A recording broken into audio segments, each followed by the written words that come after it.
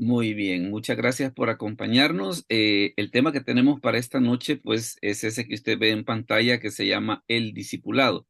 Tal vez para aquellos que no han estado nunca en este tipo de reunión, pues una de las cosas que nos ayuda mucho es su participación, ¿verdad? Porque ponemos citas bíblicas a leer para que en algún momento, si le designamos para leer, pues que nos pueda ayudar con la lectura. Y también pueden hacer preguntas, ya sea o a lo largo de la explicación o al final pues damos un tiempo general como un tiempo de resumen precisamente para que podamos ver esa situación. Entonces, como les comentaba, el tema que tenemos para hoy es este de el discipulado y ya vamos a ver precisamente por qué es importante precisamente hablar acerca del discipulado. Y mire, aquí tenemos esta cita que nos habla acerca de eso. Hermana Gladys, si nos puede leer, por favor, Mateo 28, del 18 al 20. Amén, pastor. Dice, y Jesús se acercó y les habló diciendo, toda potestad me es dada en el cielo y en la tierra. Por tanto, id y haced discípulos a todas las naciones, bautizándolos en el nombre del Padre y del Hijo y del Espíritu Santo, enseñándoles que guarden todas las cosas que os he mandado. Y aquí yo estoy con vosotros todos los días hasta el fin del mundo. Amén. Muy bien. Vea de que una de las cosas que menciona ahí es el hecho que dice que el Señor nos manda a hacer discípulos, a hacer discípulos. Bueno, y hacer discípulos que no es el evangelismo. En cierto modo sí, en cierto modo sí. Solo que el discipulado, ¿qué viene a hacer? El discipulado viene a ser, digámosle así, como la siguiente etapa del evangelismo. Porque fíjese que, bueno, nada menos alguien nos había compartido un libro la semana pasada que habla acerca del discipulado. Y una de las cosas que menciona en ese libro que es bien interesante y que varias personas con las que he tenido la oportunidad de platicar tienen ese sentir, de que ellos sienten un poco feo en el sentido de que, ok, le hablamos a una persona de Cristo y ahí queda. Entonces, hasta cierto punto, hay quienes lo interpretan como que, digamos, como que si yo tengo un hijo y lo abandono, pues, y lo dejo ahí a su suerte, ¿va? Entonces, ¿qué es lo que sucede? En este caso, el discipulado, ¿qué es lo que viene a hacer? Viene a ser el siguiente paso después de la conversión. Porque el asunto sería de que vaya, ok, le hablamos a una persona de Cristo, pero que en alguna medida le estamos dando una especie de seguimiento. Le estamos dando una especie de seguimiento de tal manera de que esa persona pues pueda crecer en los caminos del Señor, ¿va? De hecho, por ejemplo, por eso es de que en la actualidad hay movimientos bien interesantes que hablan acerca del discipulado. Quizás uno de los más famosos pues es el de la iglesia del pastor Yonggi Cho en Corea del Sur, que esa iglesia pues es la iglesia cristiana más grande del mundo, está en Corea del Sur. Lo interesante del caso pues es el énfasis fuerte que ellos hacen precisamente en la cuestión esta del discipulado. ¿Por qué razón? Porque entienden de que sí, se le debe de hablar a la persona de Cristo, pero como que se debe también dar ese otro paso del discipulado. Y fíjese que si vemos esta cita de Mateo, que es bastante conocida, vamos a notar algunas cuestiones, ¿no? Como por ejemplo, mire lo que dice la Escritura. Dice, id y haced discípulos, ¿verdad? Como les comentaba, el discipulado viene a convertirse como en el paso posterior de la conversión. Y al hacer discípulos, ¿qué cosas había que hacer? Primero, bautizarles en el nombre del Padre, del Hijo y del Espíritu Santo. Y mire la siguiente cosa, enseñándoles que guarden todas las cosas que os he mandado. Entonces, en ese aspecto, ¿en qué viene a convertirse el discipulado? Viene a ser como la etapa en la que el nuevo creyente es afianzado en la fe, en la que el nuevo creyente aprende prácticamente lo necesario que tiene que ver con una vida cristiana según como está en las escrituras. Ahí está de que, por ejemplo, la palabra discípulo, fíjese que en el texto griego pues tiene un significado bien interesante, ¿no? Porque en el texto griego significa uno que aprende.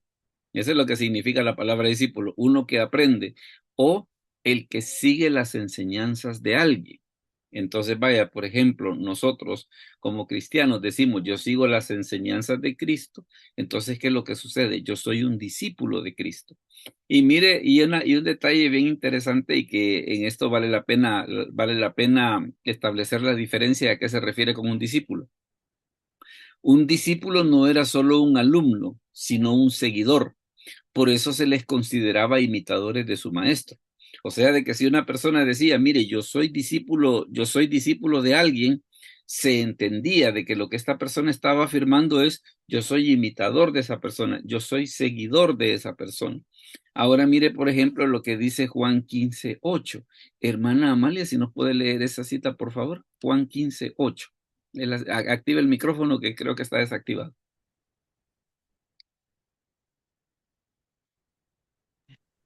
Ahí está. Dice Juan 15:8. En esto es glorificado mi Padre, en que llevéis muchos frutos y seáis así mis discípulos.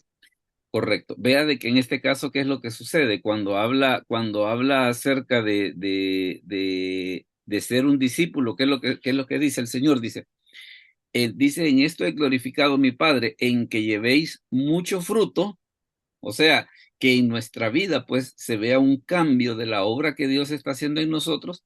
¿Y qué es lo que sucede? Dice, y seáis así mis discípulos. Entonces vemos que discípulo no es meramente el hecho de poder decir, ah, mire, lo vamos a llevar a la iglesia y le vamos a dar clases de Biblia. O sea, eso puede ser bueno, puede ser importante, pero no, digámosle así, pero no es todo lo que tiene que ver con el discipulado.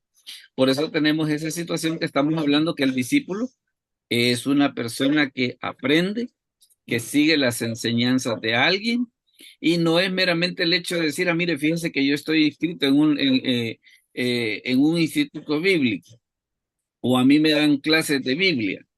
Sí incluye, pero es más que eso. Sí incluye, pero es más que eso. A medida que vayamos avanzando en el estudio, nos vamos a ir dando cuenta precisamente acerca de ese tipo de situaciones. Ahora mire qué es lo que sucede en esta Perdón, cuestión. pastor. Dígame. Hola. Entonces, para ser discípulo de alguien, era como se llama estar al 100% convencido de las enseñanzas que él estaba dando, ser un seguidor de él, pero sobre todo un practicante de las enseñanzas que en los contextos históricos ellos enseñaban, pastor. Sí, sí, y todavía implica otra cosa más, porque fíjese que vaya, por ejemplo, cuando yo estaba preparando el estudio, una cosa que yo estaba viendo es, ok, vaya, yo voy a ser seguidor de alguien, pero tal vez una de las preguntas que a mí se me vino a la mente es, bueno, ¿y esa persona tiene algo que enseñarme? ¿Tiene algo que yo pueda aprender? Entonces, en este caso, en esta dinámica del discípulo, ¿qué es? El discípulo es alguien que aprende, pero ¿qué es lo que sucede? Lo que todos desearíamos es aprender de una persona que sabe, ¿verdad? De que no solamente me va a decir, ah, pues mire, haga esto, no, que esa persona se vea que tiene ese tipo de cosas. Vaya, mire, eso viene a ser como, por ejemplo, como en cualquier cosa que nosotros querramos aprender, pues una de las cosas que a nosotros nos gustaría y que es lo deseable, que la persona que nos va a enseñar sepa, ¿va? Esa es una de las primeras cosas. La otra cosa, pues, de que, ¿por qué no decirlo? Por ejemplo, que sea una persona que tenga experiencia en la enseñanza. Fíjese que ahorita vamos a ver un ejemplo bien interesante para que veamos esa situación. Hágame un Hermano, favor, perdón, una dígame, pregunta, hermano. dígame, claro, Cuando hablamos de discípulo, es parecido al mentor, más o menos, más o menos. más o Solo menos. más o menos, tal vez la diferencia está en el caso del discípulo. Vaya, digamos, la persona que le está adiestrando en alguna medida le está dando seguimiento para que usted lleve a la práctica lo que está aprendiendo. Y de Ajá. parte del discípulo existe el compromiso en ese sentido de decir, bueno, yo estoy aprendiendo todo esto, pero no meramente solo para tener información, ¿verdad? O sea, no solamente como ser biblioteca de que, mire, yo ya estudié todo eso y tengo el montón de títulos colgados ahí, sino que el discípulo, ¿qué es lo que sucede? Es una persona que lleva a la práctica lo que le están enseñando. Fíjese que en este ejemplo que vamos a ver, creo que se va a ilustrar un poquito mejor, tal vez para tanto lo que estaba diciendo el hermano Efraín como lo que está diciendo usted. Mire, por ejemplo, lo que dice Lucas 11 del 1 al 4. Hermano Efraín, si nos lo puede leer, por favor. Lucas 11 del 1 al 4. Amén, pastor.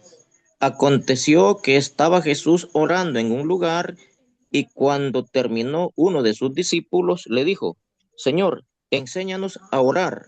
También Juan enseñó a sus discípulos y les dijo, cuando oréis, decid, Padre nuestro que estás en los cielos, santificado sea tu nombre, venga tu reino, hágase tu voluntad como en el cielo, así también en la tierra. El pan nuestro de cada día, dánoslo hoy, y perdona nuestros pecados, porque también nosotros perdonamos a todos, a todos los que nos deben, y no nos metas en tentación, mas líbranos del mal. Amén, pastor. Correcto. Yo quiero que note una cosa. Vea de que en este caso, mire qué escena más interesante la que se da. Dice que Jesús estaba orando. Estaba orando. Y cuando él terminó, había un discípulo que lo estaba viendo. Pero, ¿cómo sería esa oración? Que mire lo que le dice el discípulo. Señor, enséñanos a orar como también Juan enseñó a sus discípulos.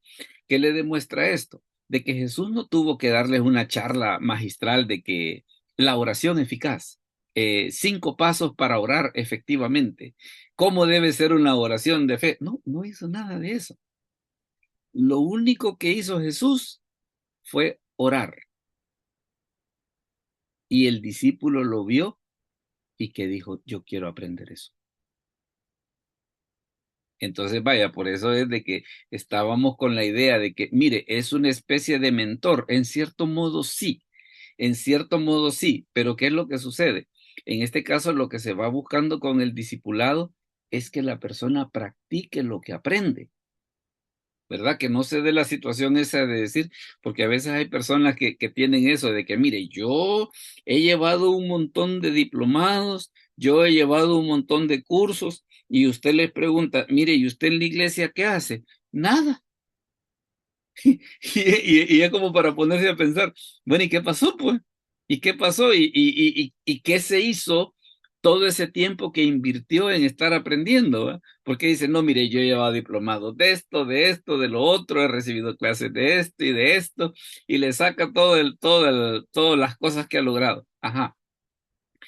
Pero ¿y eso qué estamos practicando de eso? Entonces, por eso es de que usted se fija de que en este caso, ¿qué sucedió? Este discípulo, como le repito, Jesús no tuvo necesidad de darle un estudio, de decirle, miren, nos vamos a sentar y vamos a estudiar lo que la Biblia dice acerca de la oración. No, sino que simplemente Jesús oró y el discípulo dijo, yo quiero aprender. O sea, ¿cómo lo tocaría ese incidente? ¿Qué impacto produciría en él? Que Jesús, sin necesidad de decirle nada, solo con lo que el discípulo vio, dijo, yo quiero aprender, ¿verdad? Que entonces por eso, vaya, ampliándole un poquito lo que el hermano Efraín Perdón, decía, pastor. dígame. Dice verdad que el discípulo le dijo, Señor le dijo, enséñanos a orar, como Juan nos enseñó. Juan sí Como les Juan, enseñaba algunas normas para orar, pastor. seguramente que sí. Que las escrituras no lo registran es otra cosa, pero en base a esto se ve de que Juan les dio algún tipo de lineamiento sobre cómo orar. Pero en este caso, imagínese usted el impacto que produjo la oración que Jesús estaba haciendo, que el discípulo dijo, yo quiero aprender. Qué bonito se ve eso, ¿verdad? Entonces, claro, hasta cierto punto el compromiso es doble. Por una parte, el discípulo tiene que tener el deseo de poder aprender y por la otra, el maestro tiene que tener algo que enseñarlo. Tiene que tener algo que enseñar. Entonces, claro, por eso es que a veces algunas personas cuando se les habla acerca de discipulado dicen, no, eso es muy complicado, a mí lo que me interesa nada más es ganar almas. Yo eso es todo lo que necesito. Claro, ganar almas está bien y es una parte. El discipulado es lo que sigue después, ¿verdad? El discipulado tiene que ver precisamente con esa situación de que nosotros adiestramos a la persona, que nosotros le enseñamos. Pero vea usted que no meramente es el hecho de decir, mira, vamos a estudiar este libro y te lo vas a aprender, ¿va? No, sino que también va implicada otro tipo de cosas. Mire, en este caso, miren en este caso, por ejemplo, lo que dice Mateo 8:21 al 22. Hermana Ana de Maldonado, ¿nos puede leer esa cita, por favor? Mateo 8:21 y 22. Amén, pastor. Dios bendiga. Igualmente. Otro de sus discípulos le dijo, Señor, permíteme que vaya primero y entierre a mi padre. Jesús le dijo, sígueme y deja que los muertos entierren a sus muertos. Correcto. Amén. Entonces vea esto, que el discipulado hasta cierto punto, ¿qué es lo que implica? Un compromiso. Implica un compromiso.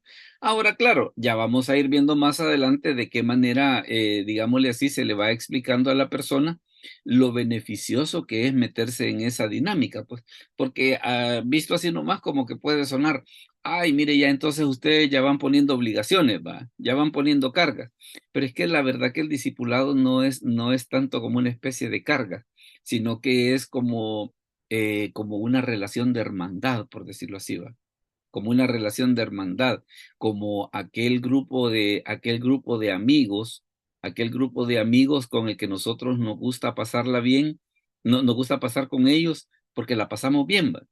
Porque vamos a comer juntos, porque por lo que sea, pero la cosa es de que nos sentimos tan bien, nos sentimos tan a gusto precisamente con ellos de que queremos pasar con estas personas. Dígame, hermana Gladys. Pastor, perdón. Permítame, la hermana Gladys primero y va usted después. Amén. A ver.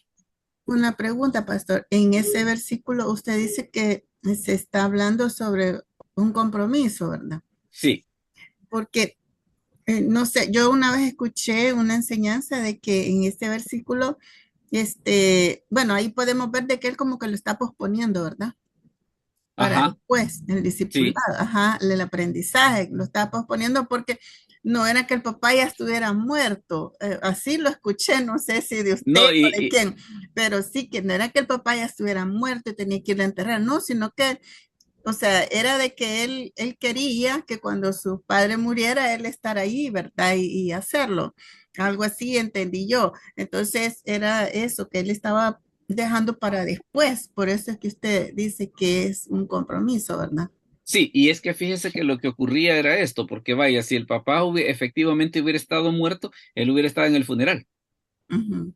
¿verdad? Entonces, pues, existía precisamente la costumbre esa de que lo que él estaba pidiendo es espérate que mi papá se muera, que nos herede, que lo enterremos. Y si el papá era de aquellos viejitos que vivían bastante, la vida perdurable, ¿va? Entonces, por eso es que el Señor le dice esa situación de que deja que los muertos entierren a sus muertos.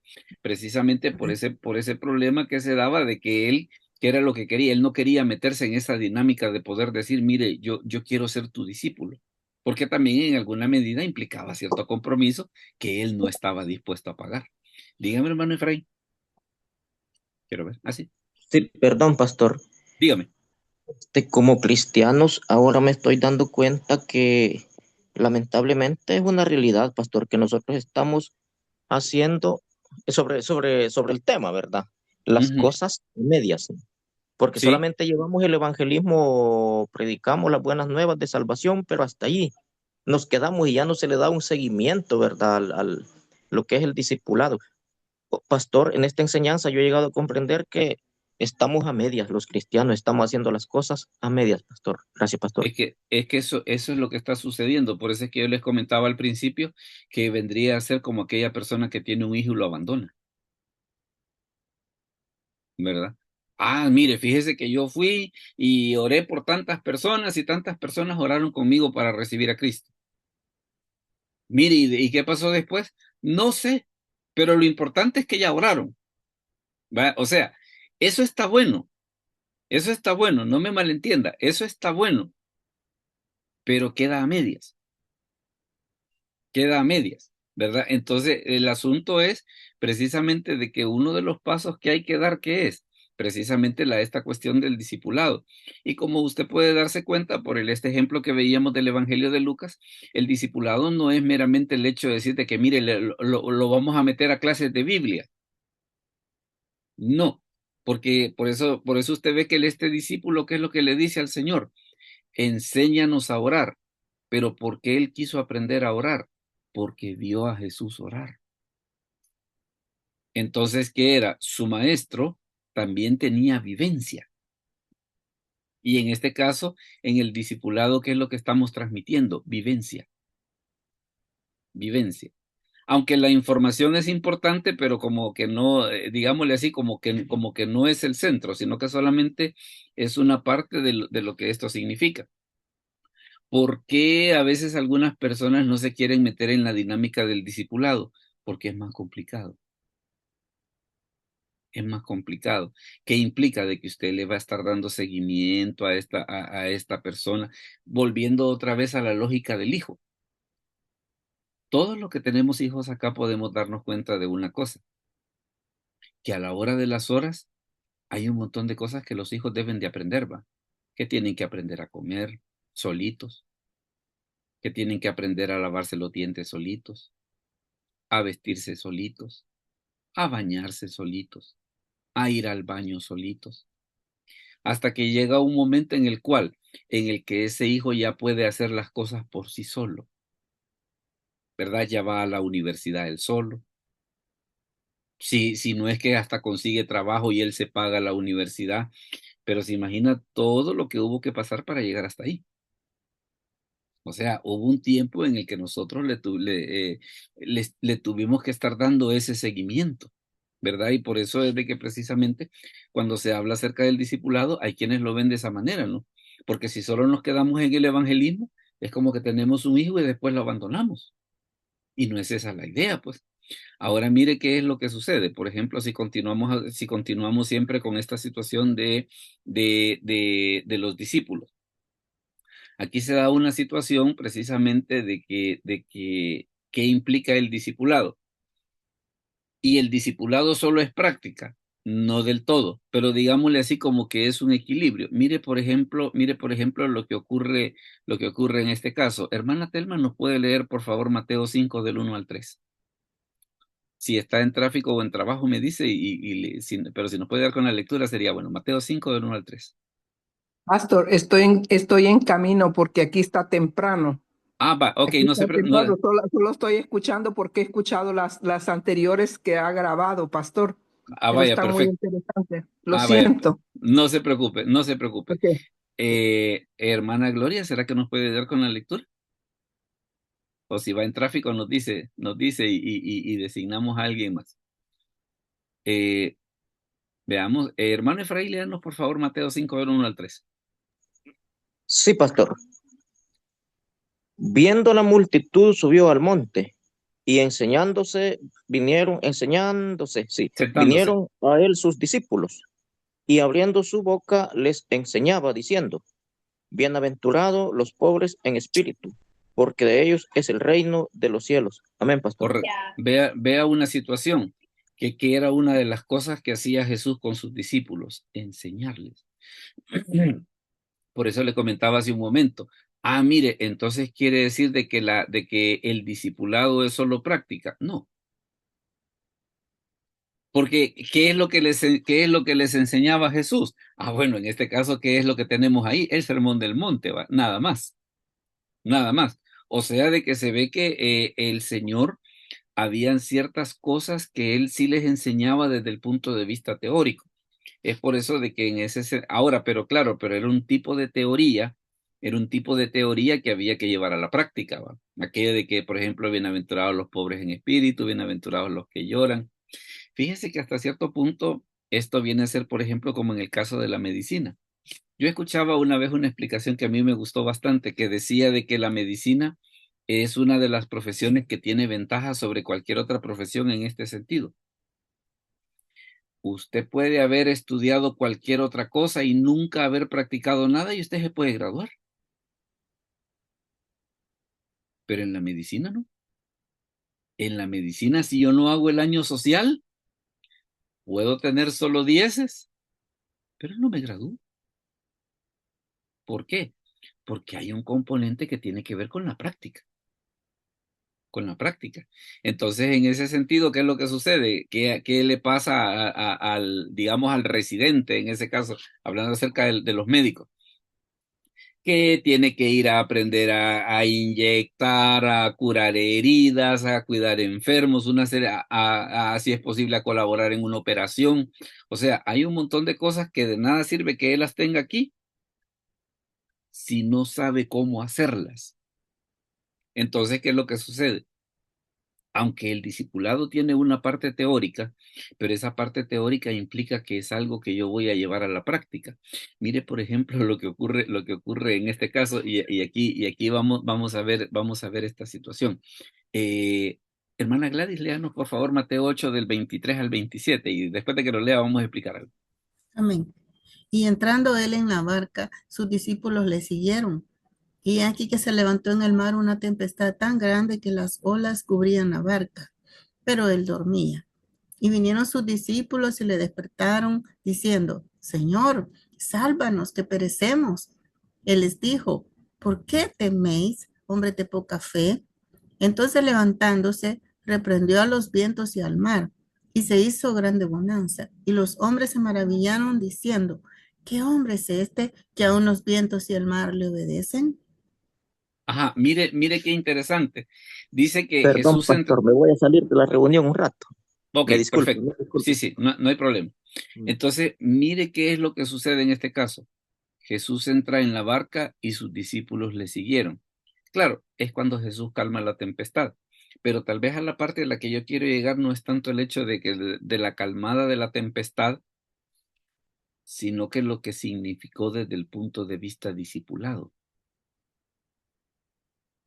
Porque desde el punto de vista discipulado, ¿qué fue lo que significó?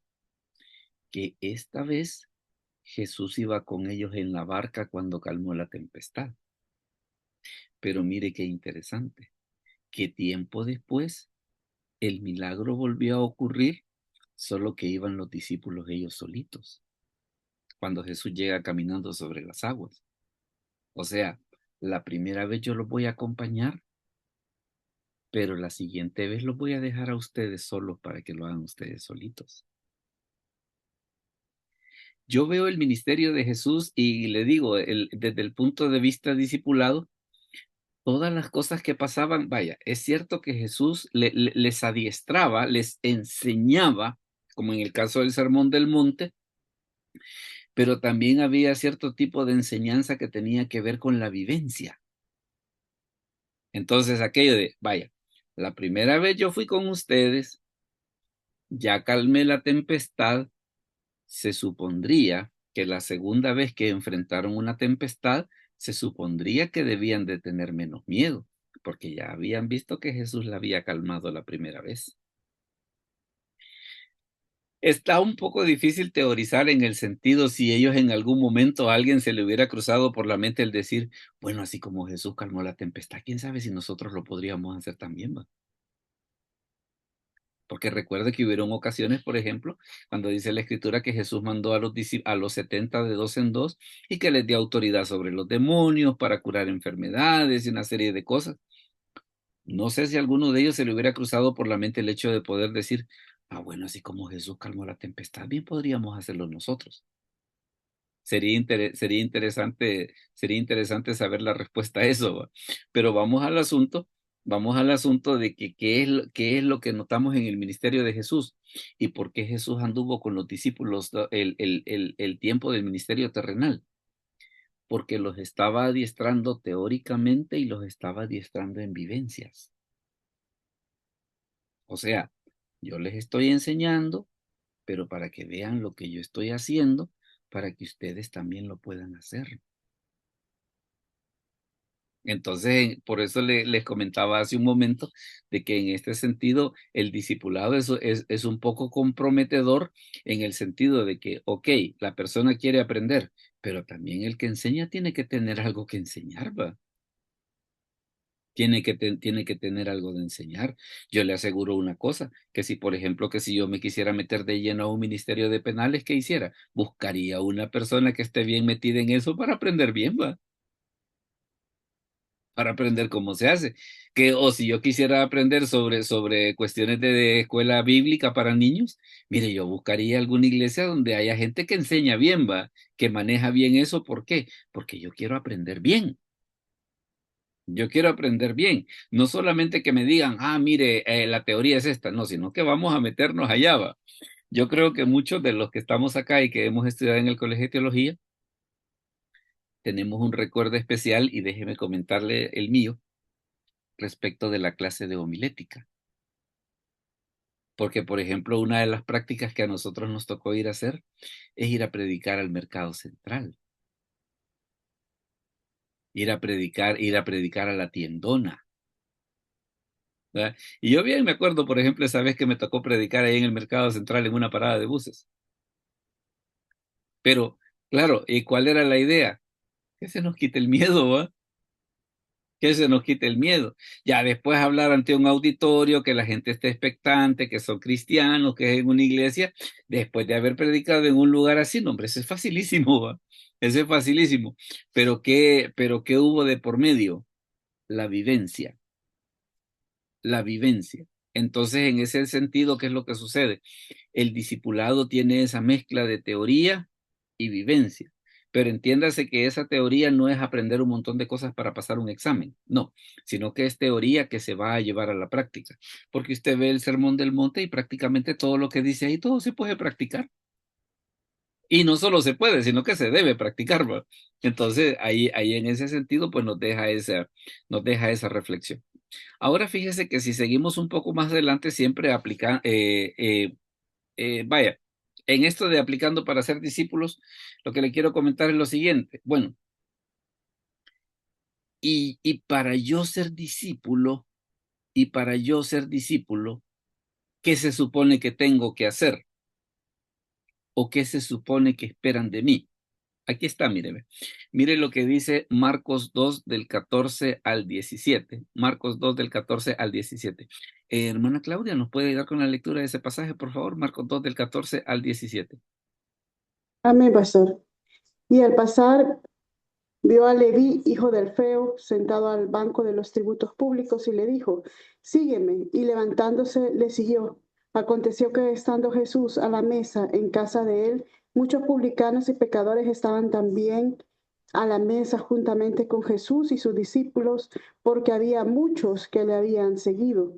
Y los escribas y los fariseos, viéndole comer con los publicanos y con los pecadores, dijeron a los discípulos, ¿qué es esto que él come y bebe con los publicanos y pecadores? Al oír esto, Jesús les dijo, los santos no tienen necesidad de médico, sino los enfermos. No he venido a llamar a justos, sino a pecadores. Ok, ahora, ¿qué tiene de especial Mateo o Leví, como le llama el Evangelio de Marcos? Bueno, tiene de especial que llegó a ser uno de sus discípulos y posteriormente uno de sus apóstoles. Note una cosa, que Jesús le dijo, sígueme, y les dijo a los demás compañeros de trabajo, señores, aquí hago corte de caja, ya me voy, ya me voy. Porque yo voy a seguir a Jesús y voy a aprender de Jesús, ¿verdad? Entonces, mire, ¿y Mateo era perfecto? Seguramente que no. A las escrituras nos relatan muchos de los errores que tenían los discípulos en muchas cosas, pero fíjese que también los discípulos, a pesar de todas las críticas que se les hace, hay una cosa que ellos hicieron muy bien, y es que estuvieron dispuestos a dejar su vida como la conocían por seguir a Jesús. ¿Por qué razón? Porque veamos este caso de Mateo, aunque lo mismo aplica para todos los demás. Jesús le dijo, sígueme. Él les dijo a los cobradores de impuestos, mire, aquí les entrego caja, entregan allá en el corte de caja, porque yo renuncio, yo voy a seguir a Jesús.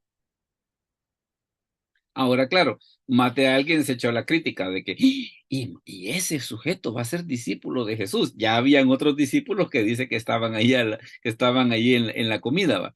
Y ese va a ser discípulo. Es por eso que el Señor hace la salvedad que dice que los sanos no tienen necesidad de médico, sino los enfermos. ¿Por qué? Porque Mateo hizo algo, estar dispuesto, estar dispuesto.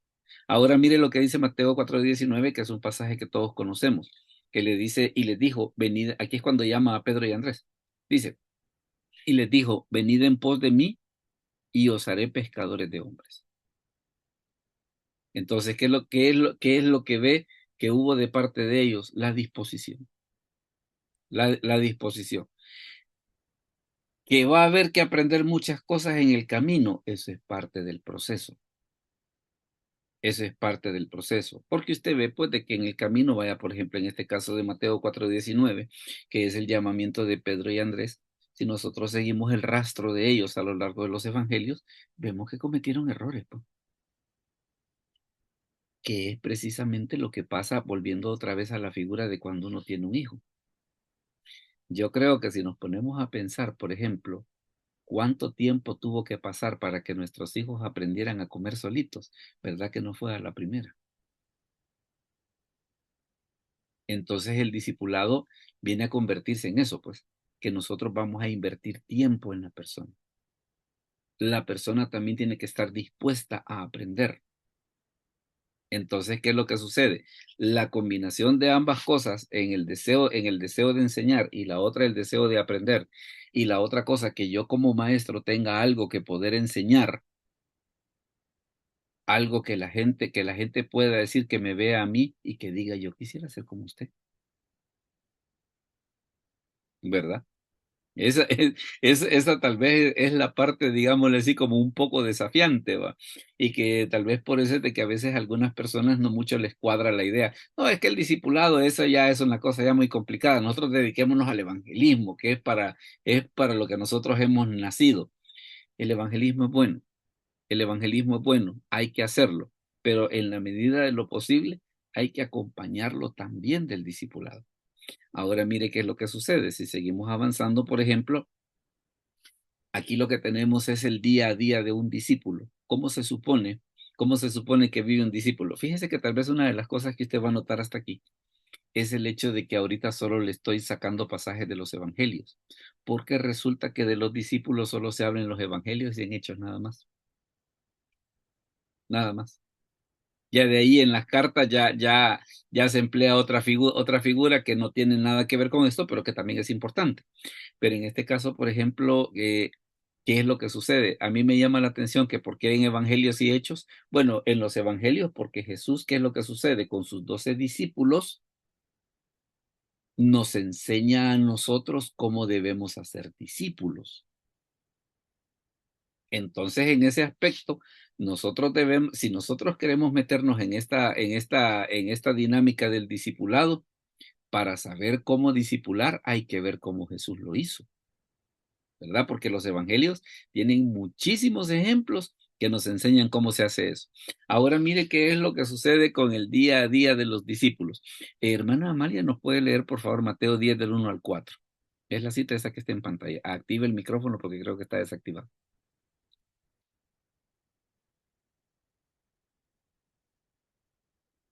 Mateo 10 del 1 al 4. Es el botoncito que está abajo a la izquierda. Ahí está. Dice, entonces, llamando a sus 12 discípulos, les dio autoridad sobre los espíritus inmundos para que los echasen fuera y para sanar toda enfermedad y toda dolencia. Los nombres de los 12 apóstoles son estos. Primero, Simón, llamado Pedro, y Andrés, su hermano, Jacobo, hijo de Zebedeo, y Juan, su hermano, Felipe, Bartolomé, Tomás, Mateo, el publicano, Jacobo, hijo de Alfeo, Leveo por sobrenombre, Tadeo, Simón el cananista, y Judas Iscariote, el que también le entregó. Mire qué curioso, y por eso le decía hace un momento, queremos aprender cómo discipular, aprendamos qué era lo que Jesús hacía con sus discípulos. Porque en este caso, mire lo que dice Jesús, los llama a los 12 y mire nada más lo que les hace. Les da autoridad sobre los espíritus inmundos para que los echasen fuera y para sanar toda enfermedad y dolencia. Ok, aquí les doy las herramientas. Vayan ustedes solitos y vayan a ponerlo en práctica. Claro, menciona la escritura que ellos después regresaron bien contentos, ¿va? Que le dijeron al Señor, mira, Señor, fíjate que vieras qué tremendo que los espíritus se nos sujetan, y ellos venían pero encantadísimos, ¿va? Claro, Jesús después les corrige la plana, va, y dice, no se gocen de que los espíritus se os sujetan, dice, sino de que su nombre esté inscrito en los cielos. Pero vamos a la situación esa de que, ¿qué es lo que hace Jesús? Primero lo acompañan, ven cómo hace los milagros, y ahora, ¿qué es lo que les dice? Les voy a dar el poder para que ustedes también lo vayan a hacer. Entonces, ese tiempo que los discípulos anduvieron con Jesús, era prácticamente como que estaban estudiando. Solo que, ¿qué era lo que sucedía? Aprendían de sus enseñanzas, porque yo le aseguro que cuando Jesús debatía con los escribas y con los fariseos, ellos también aprendían sobre cómo responder. Seguramente cuando la gente les hacía pregunta a ellos, como veían cómo Jesús respondía, ellos iban aprendiendo sobre cómo responder. Su fe se iba cimentando. Ahora fíjese que también, siempre hablando acerca de esta cuestión de el día a día de los discípulos, aquí pasa esto, mire. Bueno, hay una cosa a la que quiero llamar su atención también y que se me escapaba, que en algún momento Judas fue considerado discípulo, ¿verdad? O sea, de que el Señor nos da la oportunidad a todos, allá aquellos que querramos tomar el desafío, porque Judas está incluido entre los discípulos, pero también hace la escritura la salvedad, ¿va? Y Judas Iscariote el que también le entregó, pero Jesús le dio la oportunidad. O sea, que él haya rechazado ya es otra cosa. Dígame, hermana Claudia. Pastor, no, yo le agregaría el día a día de un discípulo es recordar también que nosotros somos discípulos, ¿verdad? Ujú, O sea, porque muchas veces hablamos de discipular a la iglesia, pero se nos olvida que nosotros también somos discípulos. ujú. O sea, de ser discípulo no hay graduación. No, Todos los no. días, cada momento, somos discípulos del Señor. Y es que fíjese que por eso es que la escritura dice, conoceremos y proseguiremos en conocer a Jehová. O sea, porque esta es la de nunca terminar, va. O sea, no va a llegar el día en el que yo diga, mire, Me gradué. ya conozco todo, ya me lo Sí, sé todo. no. No, ese día no llegará. Ese día no llegará. Ahora, mire la otra cosa, ¿qué es lo que sucede? Mire, por ejemplo, lo que le dice en Mateo 16:24. Entonces Jesús dijo a sus discípulos, si alguno quiere venir en pos de mí, niéguese a sí mismo y tome su cruz y sígame. Y el Evangelio de Lucas lo pone más interesante, mire, porque dice, y decía a todos, si alguno quiere venir en pos de mí, niéguese a sí mismo y mire qué interesante esto, tome su cruz cada día, cada día y siga. ¿Verdad? Por eso que usted dice de que aquí siempre estamos en ese proceso de aprendizaje. Dígame. De aprendizaje y de renuncia, ¿verdad? Porque De- Ujú. ve claramente que los discípulos, Mateo, Pedro, Andrés, dejaron todo, pastor, Sí, todo. sí, Y yo me pregunto, ¿dejaríamos todo por el Señor? ¿Dejaríamos casa, carros, bienestar, comodidad para poder ir y hacer discípulos y ser discípulos? Entonces tiene que haber una renuncia. Por sí, eso en claro, Juan 1:12 dice que la semilla para que dé fruto tiene que morir. Y quizás esa es la parte más difícil para ser discípulo y para claro, disciplinar a otros, que claro que tenemos que sí. renunciar a todo. Y fíjese que vaya, por eso yo les comentaba hace un rato de que a veces a los apóstoles se les critica, ay, mire todos los errores que ellos tenían. Sí, pero es que precisamente Jesús sabía que eso era parte del proceso. Le menciono esto por lo siguiente, porque precisamente una de las cosas que debe de caracterizar a aquella persona que está discipulando, que es el hecho que debe tener paciencia y guiar a la persona hasta que aprenda. Porque eso fue lo que Jesús hizo con ellos, pues. Claro, cálmala, Pedro camina sobre las aguas cuando se comienza a hundir, ya después Pedro le dice, Señor, sálvame. El Señor lo rescata, ¿y qué le dice Jesús? Hombre de poca fe, ¿por qué dudaste? O sea, era una serie de vivencias, era una serie de vivencias en las cuales Jesús, ¿qué iba haciendo? Iba formando el carácter de ellos. Y esto ¿Cuánto tiempo va a ser? Todos los días. Todos los días. Por eso es que dice ahí, tome su cruz cada día. Porque esto no es aquello de que, mire, yo ya lo sé todo. Peor conocer todo de Dios, y Dios es infinito. ¿Cómo es que lo vamos a llegar a conocer todo? Entonces, ya empezando desde ahí, ya eso implica de que, mire, esta es la de nunca terminar. Esta es la de nunca terminar. Lo que sí, tal vez sí se puede lograr es que va a llegar momentos en los que vamos a saber un poquito más, ¿va? Siempre hablando acerca del día a día de un discípulo, mire, por ejemplo, lo que está sucediendo acá en Marcos 12. Dice, estando Jesús sentado delante del arca de la ofrenda, miraba cómo el pueblo echaba dinero en el arca, y muchos ricos echaban mucho. Y vino una viuda pobre y echó 2 blancas, o sea, un cuadrante. Ahora, ojo, por eso le decía, queremos aprender discipulado, hay que aprender cómo Jesús enseñaba a sus discípulos. Entonces, llamando a sus discípulos, les dijo, de cierto os digo que esta viuda pobre echó más que todos los que han echado en el arca, porque todos han echado de lo que les sobra, pero esta de su pobreza echó todo lo que tenía, todo su sustento. ¿Qué le demuestra entonces respecto al discipulado? Que Jesús les cambió la manera de cómo ver las cosas. Porque hasta antes de este momento, seguramente los discípulos pensaban que el que echaba la gran billetada era el que ofrendaba más.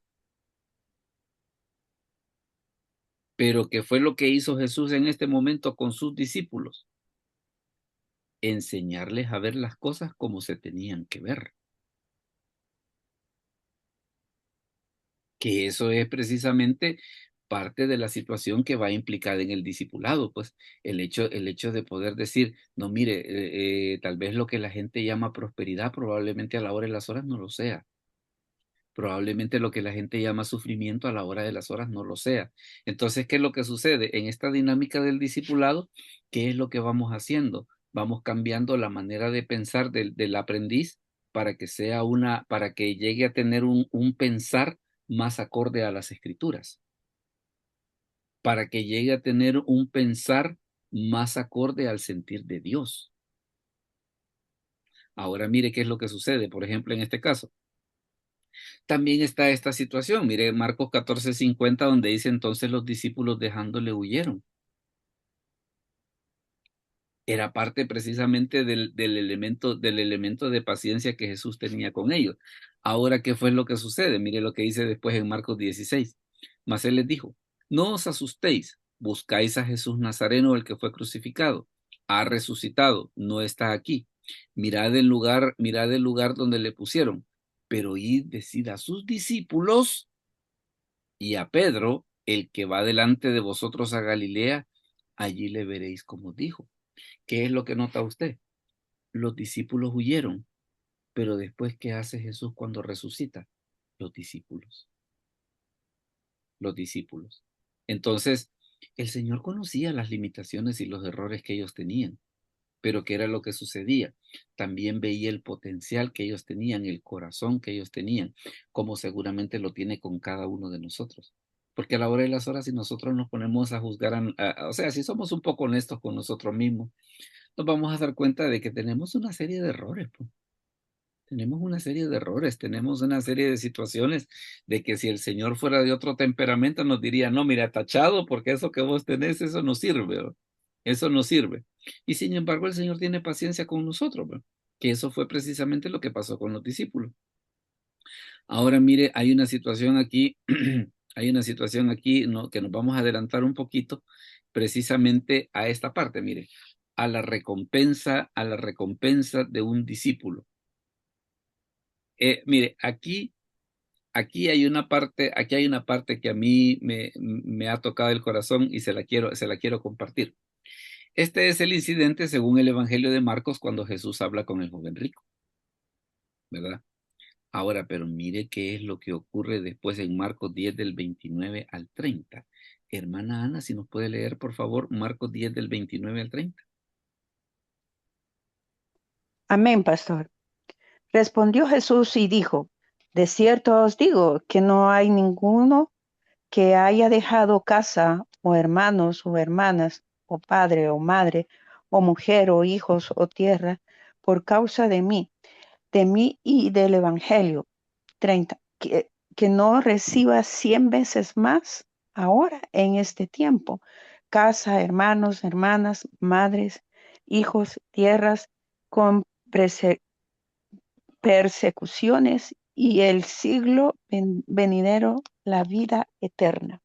Y en Correcto. el siglo venidero, la vida eterna, ¿no? Correcto, muy bien. Fíjese que a mí este pasaje me pone en que pensar porque los versículos anteriores es la discusión del joven rico, a que Jesús le dijo que tenía que dejarlo todo, dar su dinero a los pobres, seguirlo. El joven rico se fue triste y que Jesús le da esa explicación de que es más fácil pasar un camello por el ojo de una aguja. Ok, hasta ahí todos estamos bien. Pero después dice la escritura que Pedro le dice, mira, le dice, nosotros lo hemos dejado todo. ¿Y qué vamos a tener? Ahora noté una cosa.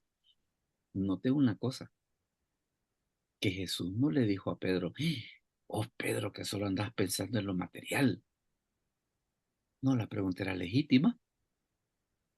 La pregunta era legítima.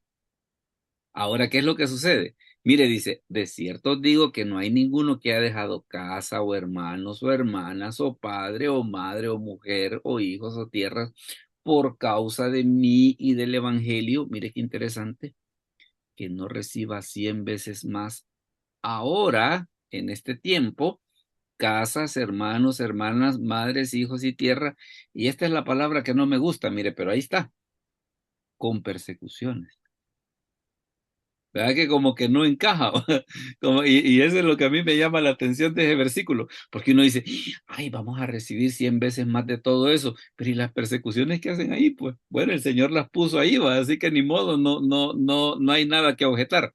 O Todo sea iba que bien, Sí, todo iba bien, todo, pues.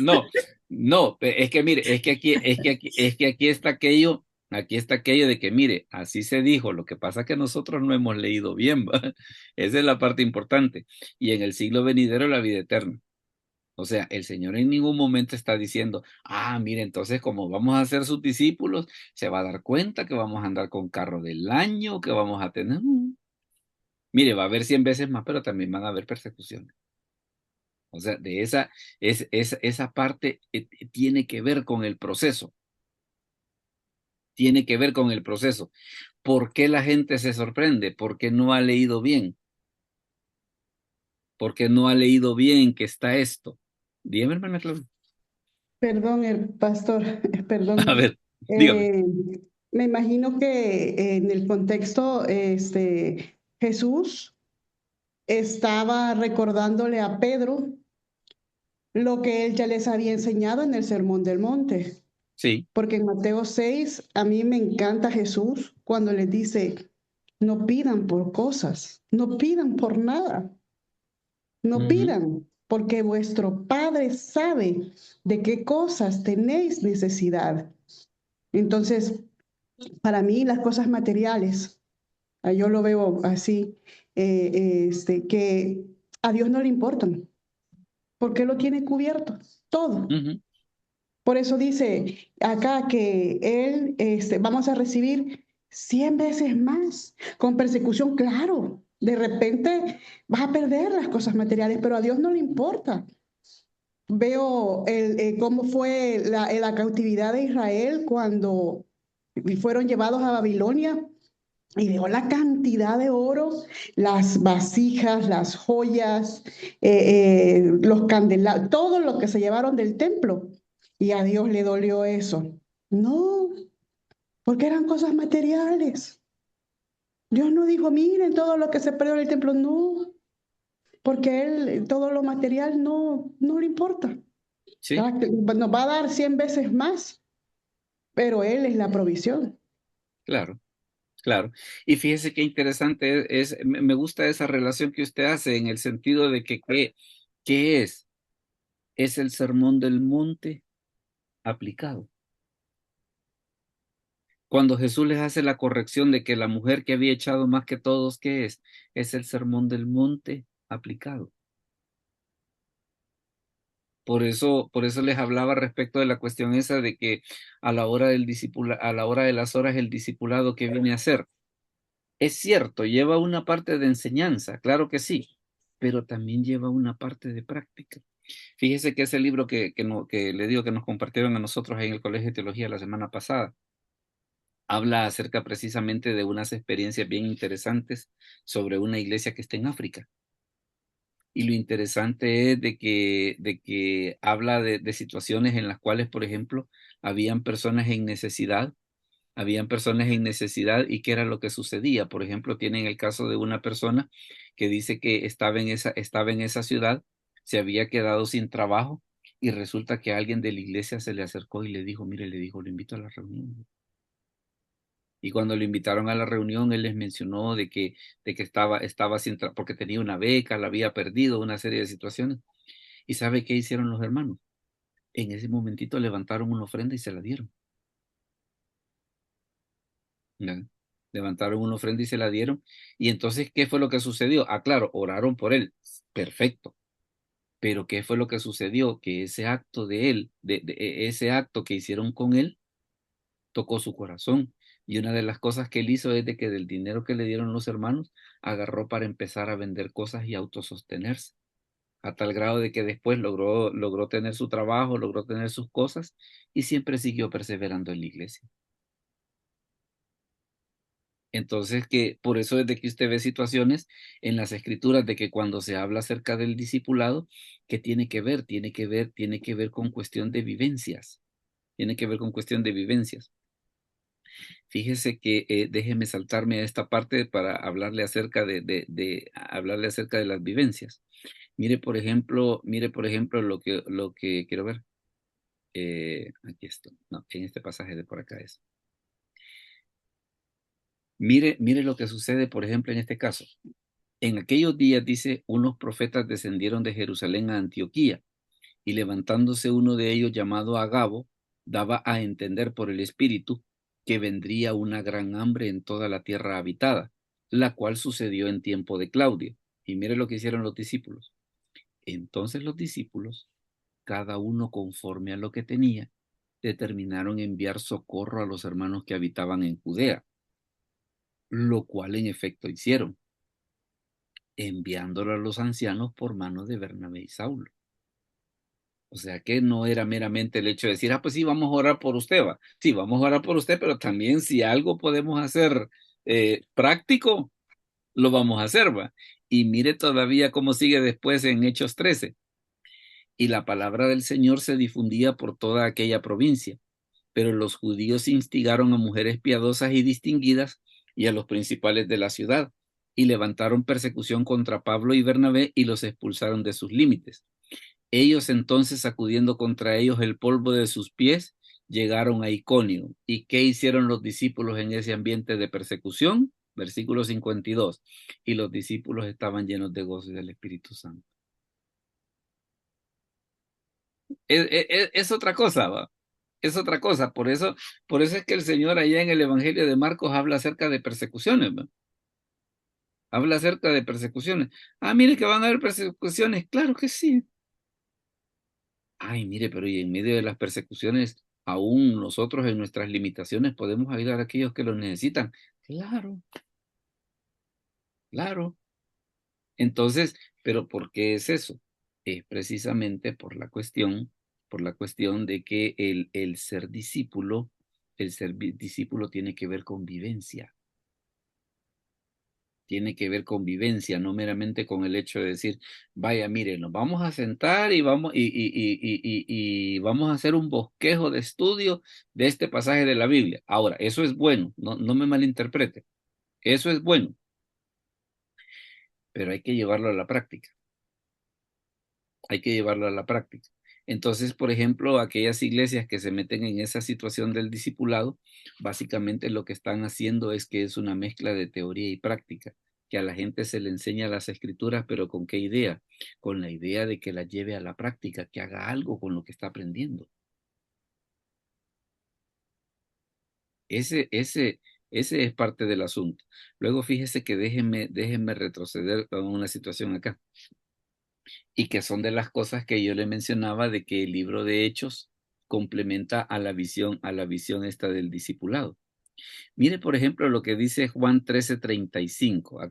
La voy a poner ella solita para que la vea. Dice, Mire, en esto conocerán todos que sois mis discípulos. Y esta es una frase de Jesús. En esto conocerán todos que sois mis discípulos, si tuvierais amor los unos con los otros. O sea, ¿cómo el inconverso se va a dar cuenta? Por el amor que ve que nosotros tenemos entre nosotros. Dígame, hermana Telma. Bueno, yo pienso que aquí, cuando uno está en el exterior, ¿verdad? Que no tiene más familia que la familia de la iglesia, ¿no? Sí. Entonces aquí se puede observar que hay una mayor unión que en una iglesia así grandota, ¿verdad? Porque, Ujú. por ejemplo, nosotros aquí en el Redentor, la mayoría de nosotros nos conocemos. Sí. Y cuando alguien tiene alguna necesidad, pues ella se sabe a quién acudir, ¿no? Y pregunta, o el pastor le llama a uno y le dice, mire, fíjese que esto y esto pasa, o yo necesito que usted me vaya a ver esta persona, ¿sí? Entonces, pienso yo que hay bastante unión en ese sentido.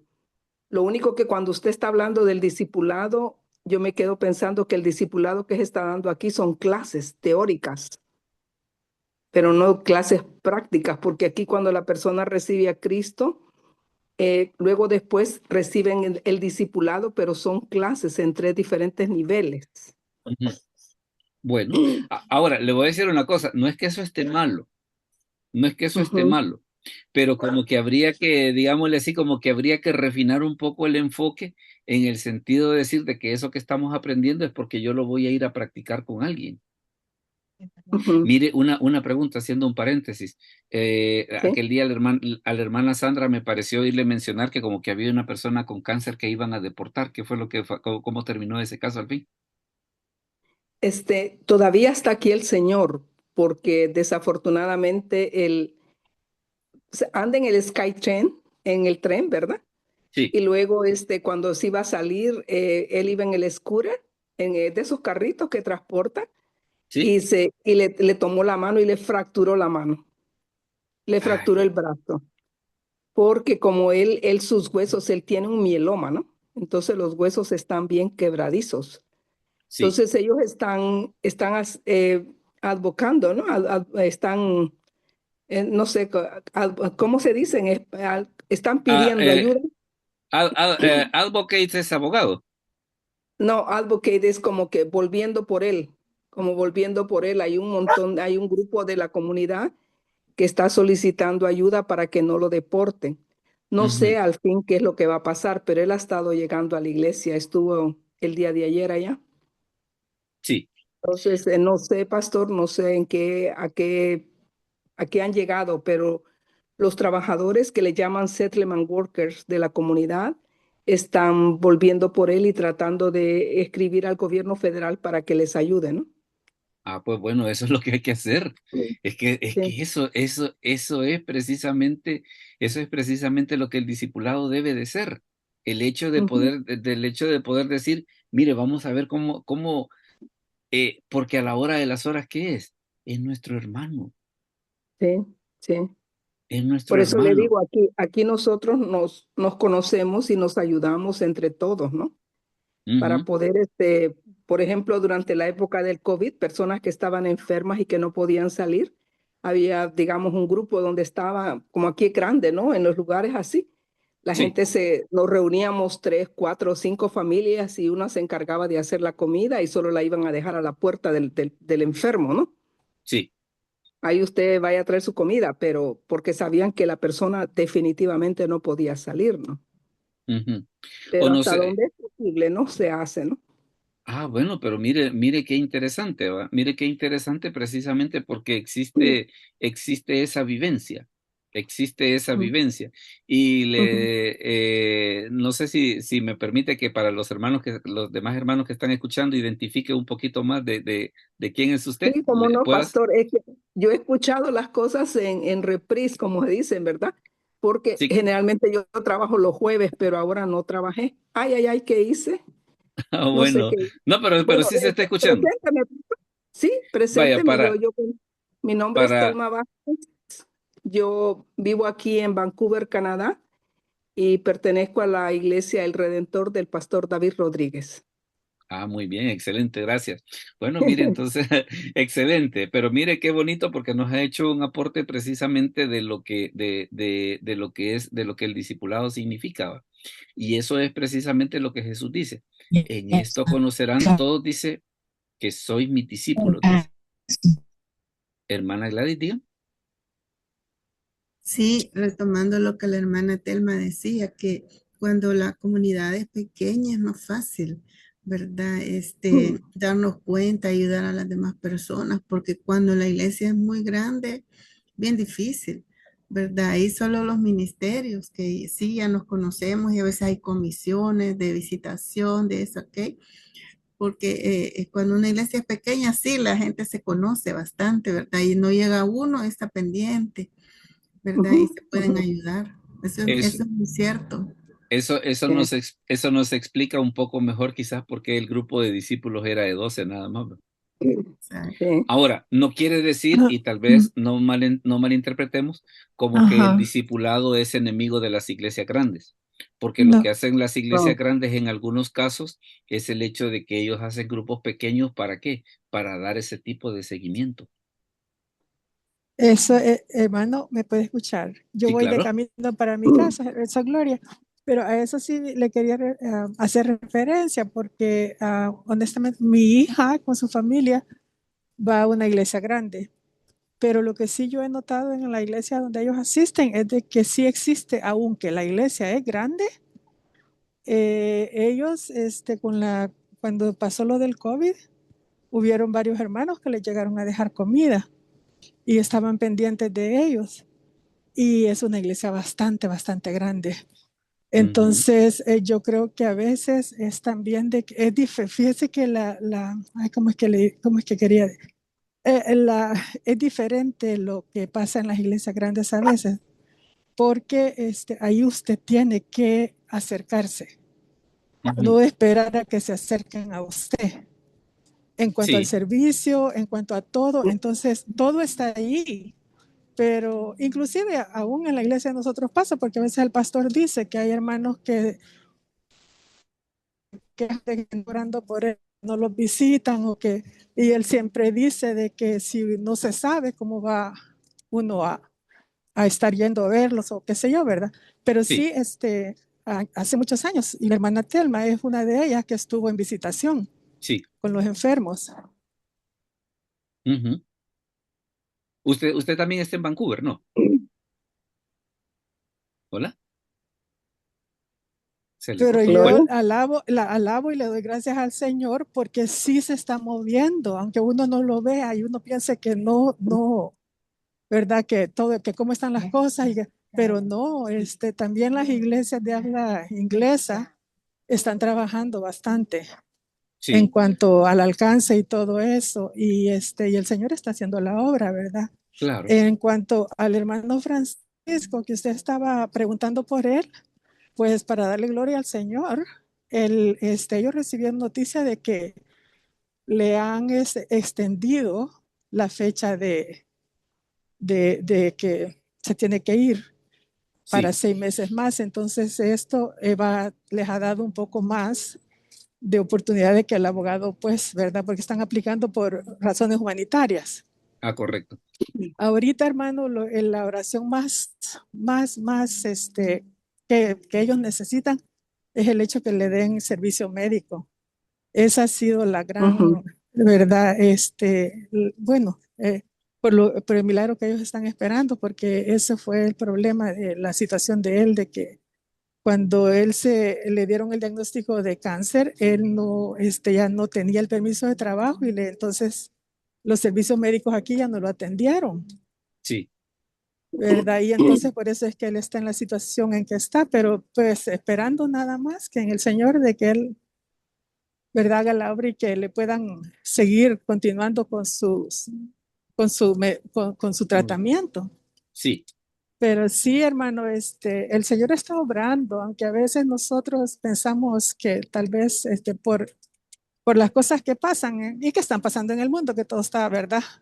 Que está ajá, escrito, que eso va a pasar, no tenemos que que no No es tiene nada nuevo motivo para de extrañeza. nosotros. No tiene que ser motivo de Exacto, extrañeza. exacto, exacto. Así es que, pero sí, el Señor está obrando y hay familias que siguen teniendo hijos y los están encaminando en el camino del Señor. Esa fue una de las cosas de que a mí me alegró mucho cuando una vez que fui a la presentación de niños a esta iglesia, porque la mayoría son jóvenes, Sí, parejas de jóvenes, pero con niños, no uno, sino que dos o tres y encaminándolos, ¿verdad? En los caminos del Señor. Así es que, y eso es lo que tenemos, creo yo, como esa es nuestra responsabilidad de estar seguros de que siga, porque ellos van a seguir, ¿verdad? claro, Expandiendo el Evangelio. claro.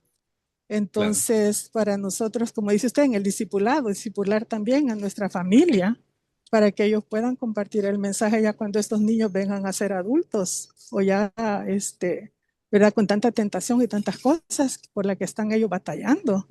La Sí, iglesia tiene una gran bendición porque los jóvenes son bastantes en la iglesia y ahí están siempre. Aunque a veces hay hermanos que somos un poquito, hay hermanos que son bien estrictos, que no quieren que tengan, pero al menos están ahí escuchando. déjeme retomar algo de lo que usted ha Amén, dicho, que sí. Oh, está usted ha bien, dicho hermano, algo. solamente le quería, No, ¿verdad? pero estuvo muy bien. Quisiera retomar algo que usted dijo y que creo que nos puede servir. Es el hecho de precisamente que nosotros, es cierto que aunque la situación del mundo no está muy bien, como que debemos un poco de cambiar un poco la perspectiva de cómo vemos la situación del mundo a la perspectiva de Dios. Amén, Porque, amén. porque la perspectiva de Dios, ¿cuál es? La perspectiva de Dios es que Él va a implantar su reino. Ujú. Esa es la perspectiva de Dios, que tal vez la perspectiva humana no pinte muy bien, que no pinte muy bien, voy a silenciar algunos porque se oye sonido de fondo. Entonces, ¿qué es lo que sucede? Si la perspectiva humana pinta de otro modo, mire, la perspectiva de Dios es que Dios va a implantar su reino y así como dice en el libro de Daniel, va a ser una piedra cortada no con mano que va a destruir a todos los demás imperios y él se va a hacer una montaña bien grande que va a llenar toda la tierra. O sea, esa es la perspectiva esa es la perspectiva que las escrituras nos dan del mundo. Entonces, ¿qué es lo que sucede? Por eso es de que nosotros notamos que qué hace Jesús con los discípulos. Poco a poco les va cambiando su manera de pensar para que su pensar se parezca más al pensar de Dios. Como por ejemplo cuando los discípulos lo llevan al templo, aquellos bien felices, mira Señor, qué lindo el templo que tenemos acá, ¿va? Y que les dice Jesús, no va a quedar piedra sobre piedra que no sea derribada.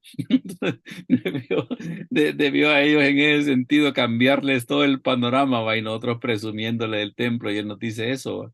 Entonces, ¿qué es lo que el Señor hizo? Poco a poco lo que iba moldeando era su pensar para que su pensar fuera un poco más parecido al pensar de Dios. Veamos, algún otro comentario antes de mostrarles cuál va a ser el tema de la próxima semana. ¿Alguien tiene algún otro aporte que quisiera hacernos al respecto? Sí, amén, pastor. Permítame, Perdón. la hermana Claudia primero y el hermano Efraín después. Hermana Claudia. Quisiera compartir, pastor, que si cuando puedan, en la noche, cuando uno está en su devocional, en su momento de intimidad con el Señor, puedan escuchar la alabanza de Marcos Vidal, que se llama Discípulos. Y la verdad es que te cambia la visión del llamado del Señor, ¿verdad? Porque esa alabanza dice, yo no quiero ser de los 5,000 que vienen por un milagro. Yo prefiero ser de los 12 que recogen los pedazos. Y a eso nos ha llamado el Señor. No tenemos que buscar al Señor por un milagro. No tenemos que buscar al Señor por carga, por miedo, por culpa. ¿Por qué me van a dar? No, sino por ir a recoger pedazos de alma destrozadas, el pastor. Pedazos de alma que están quebrantadas. Tanta gente que anda con pensamientos de suicidio. Tantos niños que sienten el abandono, que están viviendo en orfandad y yo lo veo. Usted le dice a una persona, el Padre te ama, no estás huérfano. eres amado y la gente se quebranta. ¿Por qué? Porque andan quebrados del corazón. Entonces, busquemos al Señor para ser de esos 12 que fueron usados para ir y recoger esos pedazos.